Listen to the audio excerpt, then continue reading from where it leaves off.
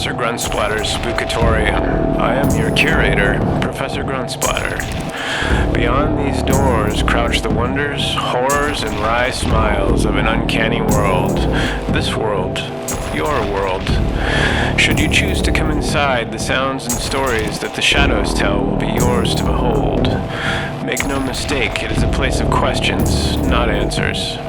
A place where the tickle in your belly or the twitch in your eye simply mean you're paying attention. But then if you weren't curious, you wouldn't be here. There will be no refunds once you enter. Thank you for your attention, and the brave ones, come with me.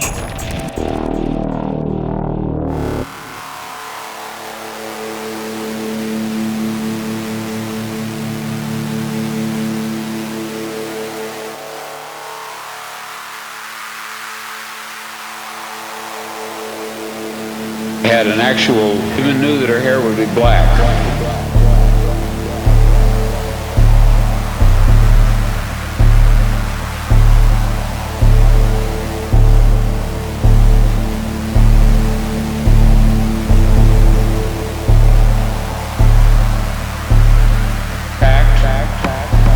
An entire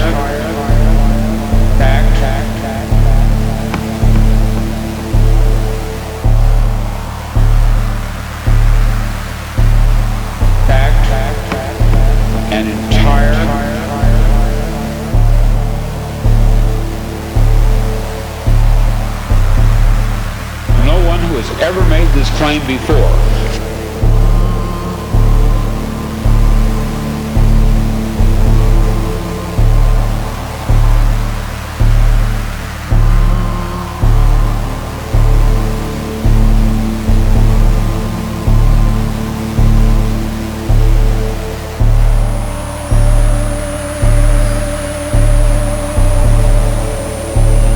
Had an actual, even knew that her hair would be black.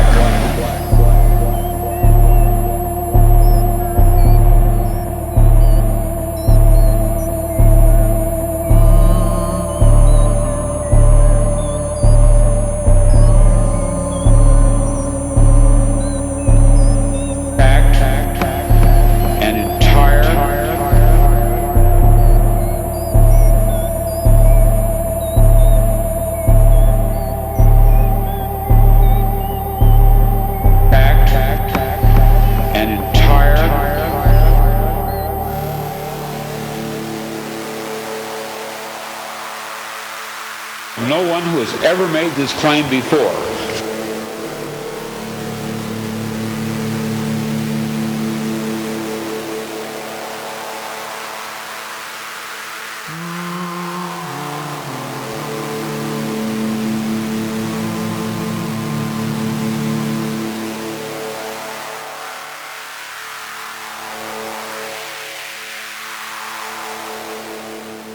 Over here to the new, oh, kind of black.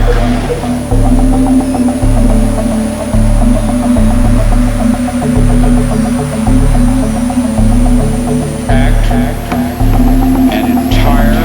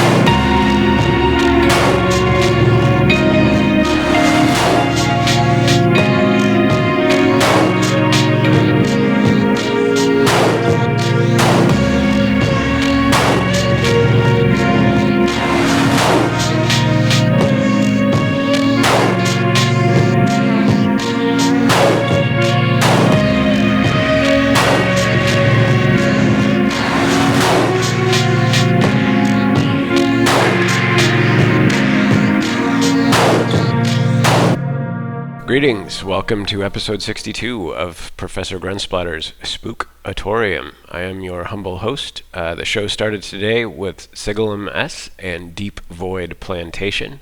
And the last one you heard there was Hexsystem with The Venom of God from their 2014 album Metempsychosis.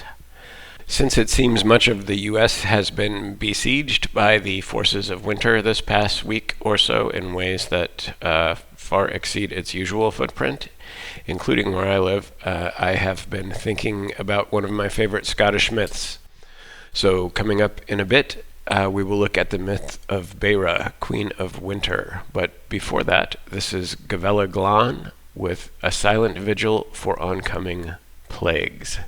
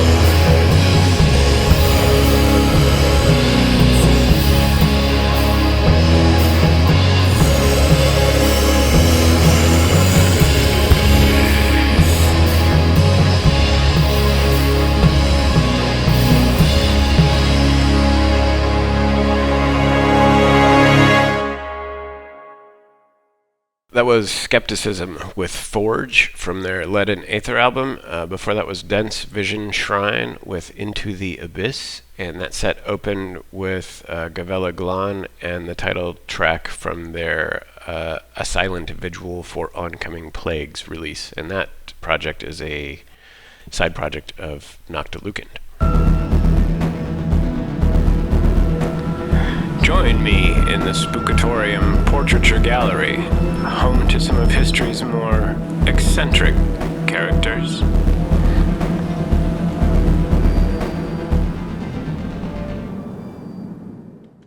I need to come up with some more bumpers for the segments. This isn't about a character per se, it is about a god, but close enough. I've read a lot of mythology in my life, but there's something about this story that I've always enjoyed.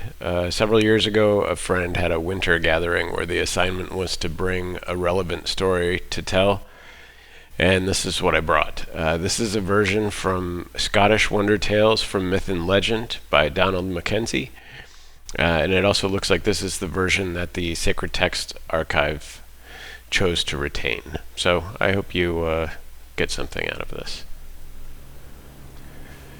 Dark Beira was the mother of all the gods and goddesses in Scotland. She was of great height and very old, and everyone feared her. When roused to anger, she was fierce as the biting north wind and harsh as the tempest-stricken sea. Each winter she reigned as queen of the 4 red divisions of the world, and none disputed her sway. But when the sweet spring season drew nigh, her subjects began to rebel against her, and to long for the coming of the summer king, Angus of the White Steed, and Bride, his beautiful queen, who were loved by all. For they were the bringers of plenty and of bright and happy days. It enraged Beira greatly to find her power passing away, and she tried her utmost to prolong the winter season by raising spring storms and sending blighting frost to kill early flowers and keep the grass from growing. Beira lived for hundreds and hundreds of years. The reason she did not die of old age was because at the beginning of every spring she drank the magic waters of the Well of Youth which bubbled up from the green island of the west. It was a floating island where summer was the only season and the trees were always bright with blossom and laden with fruit. It drifted on about the silver tides of the blue Atlantic, and sometimes appeared off the western coasts of Ireland and sometimes close to the Hebrides. Many bold mariners have steered their galleys up and down the ocean, searching for the green island in vain. On a calm morning they might sail past its shores and yet never know it was near at hand, for ofttimes it lay hidden in the twinkling mist. Men have caught glimpses of it from the shore, but while they gazed on its beauties with eyes of wonder, it vanished suddenly from sight by sinking beneath the waves, like the setting sun. Beira, however, always knew where to find the green island when the time came for her to visit. The waters of the Well of Youth are most potent when the days begin to grow longer, and most potent of all on the first of the lengthening days of spring. Beira always visited the island on the night before the first lengthening day, that is, on the last night of her reign as Queen of Winter. All alone in the darkness she sat beside the Well of Youth, waiting for the dawn, when the first faint beam of light appeared in the eastern sky. She drank the water as it bubbled fresh from a crevice in the rock. It was necessary that she should drink this magic water before any bird visited the well and before any dog barked. If a bird drank first, or if a dog barked ere before she began to drink, dark old Beira would crumble to dust. As soon as Beira tasted the magic water, in silence and alone, she began to grow young again. She left the island, and returning to Scotland, fell into a magic sleep. When at length she awoke in bright sunshine, she rose up as a beautiful girl with long hair, yellow of buds of broom, cheeks as red as rowan berries, and blue eyes that sparkled like the summer sea in sunshine. Then she went to and fro through Scotland, clad in a robe of green and crowned with a chaplet of bright flowers of many hues. No fairer goddess was to be found in all the land save Bride, the peerless queen of summer. As each month went past, however, Beira aged quickly. She reached full womanhood in midsummer, and when autumn came on, her brow was wrinkled and her beauty began to fade. When the season of winter returned once again, she became an old and withered hag and began to reign as the fierce Queen Beira. Often on stormy nights in early winter she wandered about singing this sorrowful song.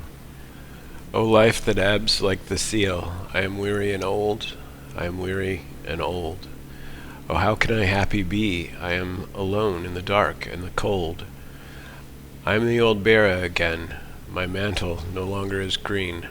I think of my beauty with pain, and the days when another was queen. My arms are withered and thin, my hair once gold is grey. 'Tis the winter, my reign doth begin, youth's summer has faded away. Youth's summer and autumn have fled, I am weary and old, I am weary and old. Every flower must fade and fall dead, when the wind blows cold, when the wind blows cold.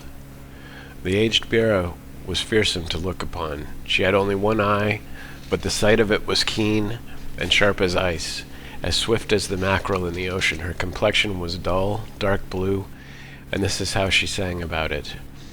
Why is my face so dark, so dark, so dark, oh ho, so dark, oh he?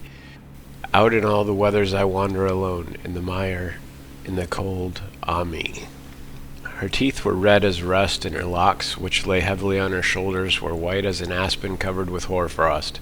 On her head she wore a spotted mooch. All her clothing was grey, and she was never seen without her great dun-colored shawl, which was drawn closely around her shoulders. It is told that in the days when the world was young, Beira saw land where there is now water, and water where there is now land. Once a wizard spoke to her and said, "Tell me your age, O sharp old woman." Beira answered, "I have long ceased to count the years, but I should tell you what I have seen. Yonder is the seal-haunted rock of Skerivor in the midst of the sea. I remember when it was a mountain surrounded by fields. I saw the fields plowed, and the barley that grew upon them was sharp and juicy. Yonder is a loch. I remember when it was a small round well. In these days I was a fair young girl, and now I am very old and frail and dark and miserable." It is told also that Beira let loose many rivers and formed many lochs, sometimes willingly and sometimes against her will, and that she also shaped many bens and glens. All the hills in the Rothshire are said to have been made by Beira. There was once a well on Ben Cruachan in Argyll from which Beira drew water daily. Each morning at sunshine she lifted off the slab that covered it, and each evening at sunset she laid it above the well again. It happened that one evening she forgot to cover the well. Then the proper order of things was disturbed.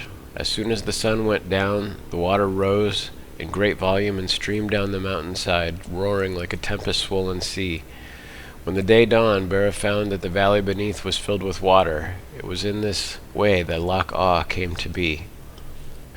Beira had another well in Inverness-shire, which had to be kept covered in a like manner from sunset till sunrise. One of her maids, whose name was Nessa, had charge of the well.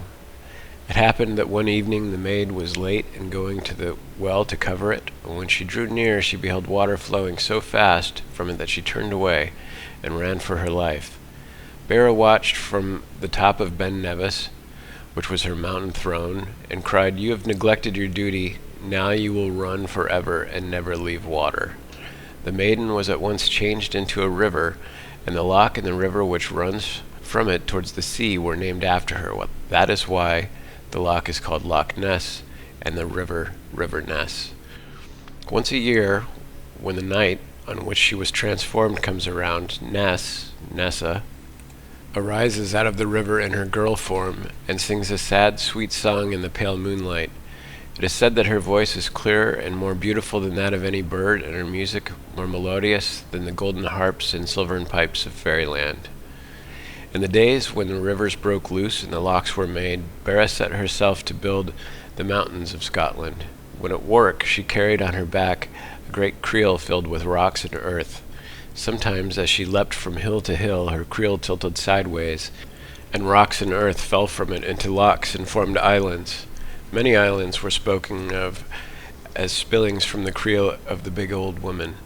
Beira had 8 hags who were her servants. They also carried creels, and one after the other they emptied out their creels until the mountains were piled up nigh to the clouds. One of the reasons why Beira made the mountains was to use them as stepping stones. Another was to provide houses for her giant sons. Many of her sons were very quarrelsome. They fought continually, one against the other. To punish those of them who disobeyed her, Beira shut off the offenders up in mountain houses, and from these they could not escape without her permission, but this did not keep them from fighting. Every morning they climbed to the tops of their mountain houses and threw great boulders at one another.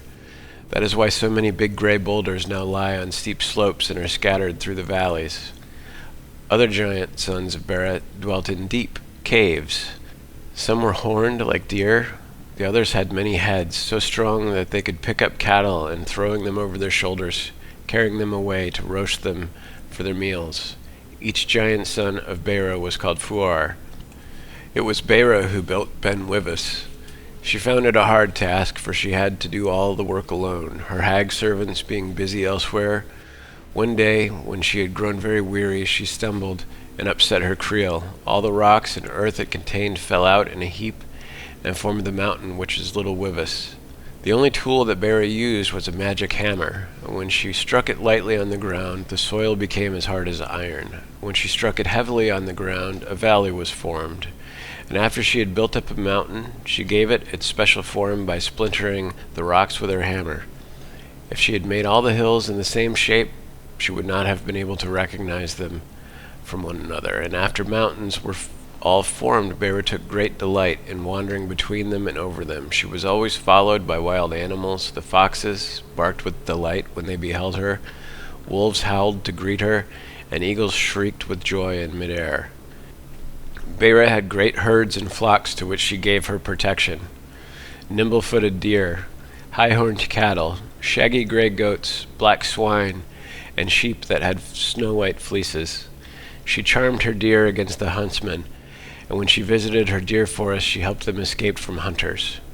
During early winter, she milked the hinds on the top of mountains, but when the wind rose so high and the froth was blown from the milking pails, she drove the hinds down to the valleys. The froth was frozen on the crests of the high hills and lay there snow-white and beautiful. When the winter torrents began to pour down the mountainsides, leaping from ledge to ledge, the people said, "Beira is milking her shaggy goats, and streams of milk are pouring down over the high rocks."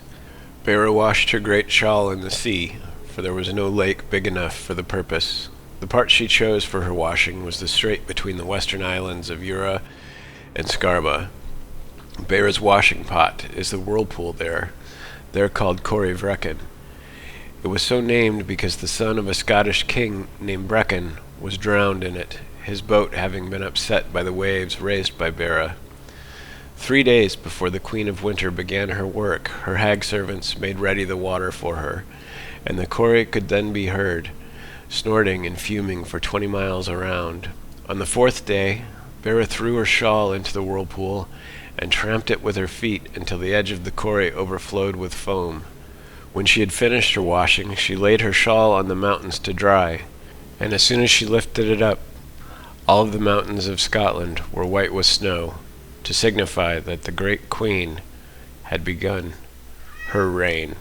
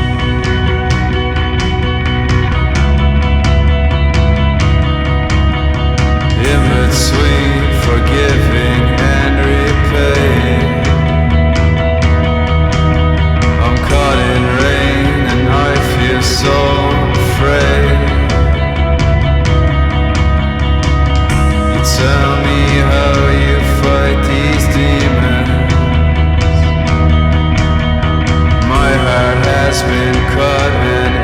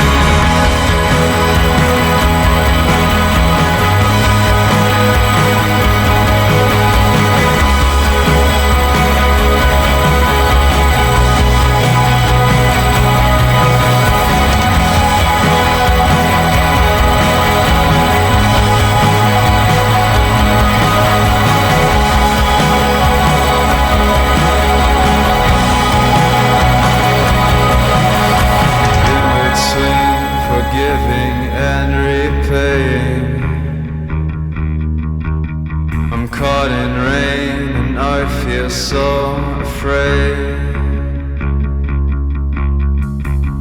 You tell me how you fight these demons.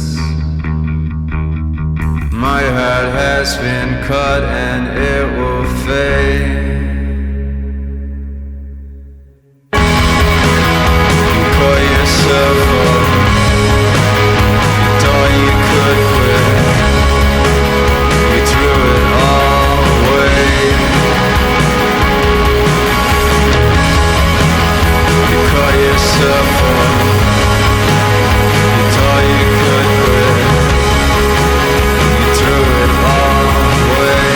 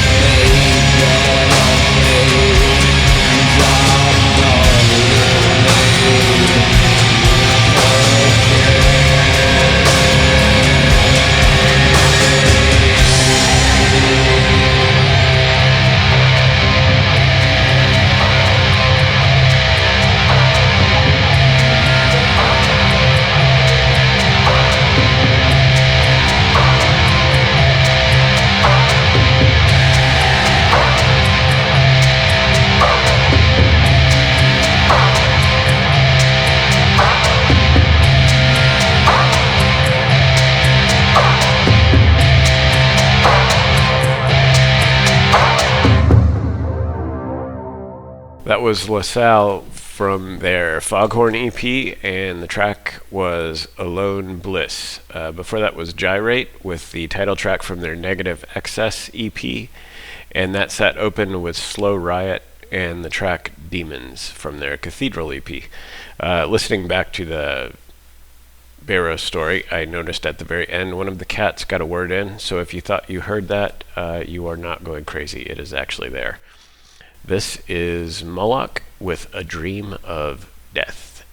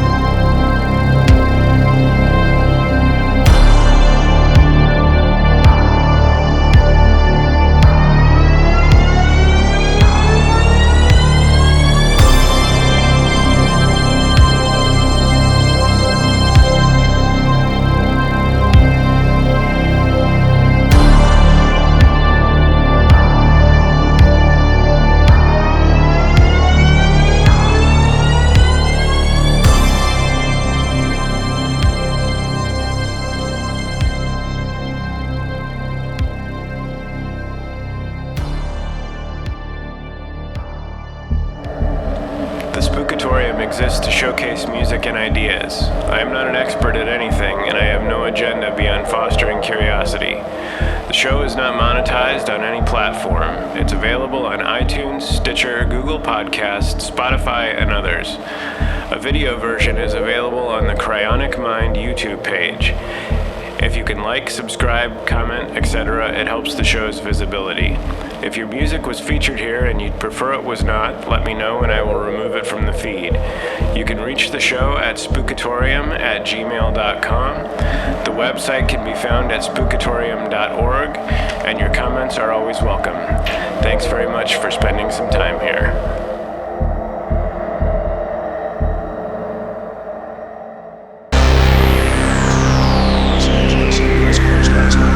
So it's impossible this time unaffected people are left. If for any reason you are one of us who hasn't become infected, take shelter immediately. Do not trust any friends or family members. I repeat, do not trust friends.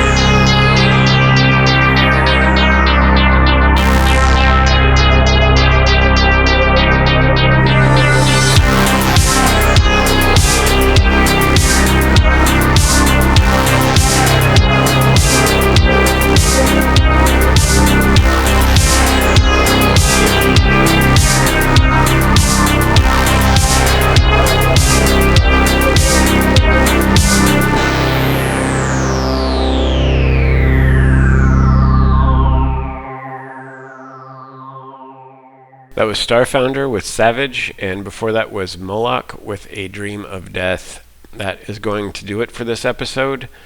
The underground community lost another substantial voice again this week. So to close, let's take a moment and remember Luis Vasquez from the Soft Moon. I came to this project late. It was one of those that I always meant to pick up because I had liked everything I had heard. But I have expanded my library and look forward to getting more familiar with his music that I've seen time and again has meant so much to other people. So take care of your people, take care of yourself, and thank you for listening. This is the Soft Moon with Into the Depths.